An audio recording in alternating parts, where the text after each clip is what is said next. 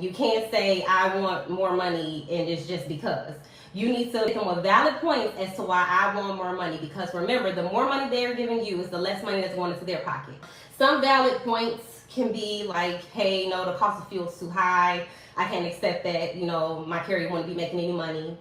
Sometimes you may find that in the notes, it'll tell you that it's a touch job versus a no touch. And if it is a touch load, that means that carrier is going to have to either load or unload that truck, or maybe assist in unloading or loading. If that's the case, you should already know if they're willing to touch freight, or if they just want to, if they say no touch only. Sometimes you'll find a guy that says for the right amount.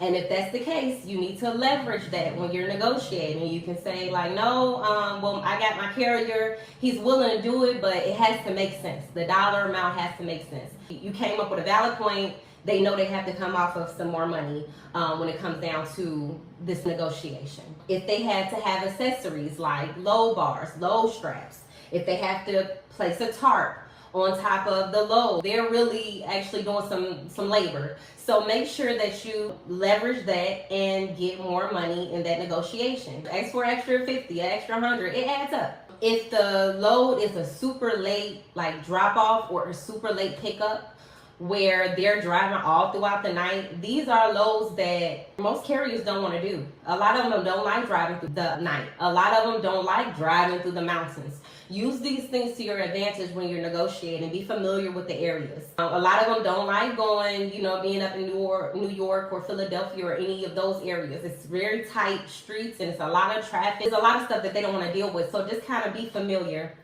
so that when you're negotiating, the broker will be like, okay, valid point, fine, this is what I can do.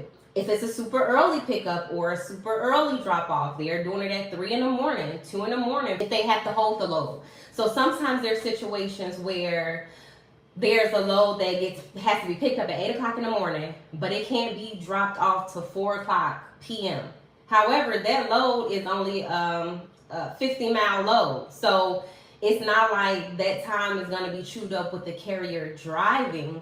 So they're literally sitting there and they can't pick up another load because they still have this load on their truck. You have to consider the fact that this is burning up their hours of service.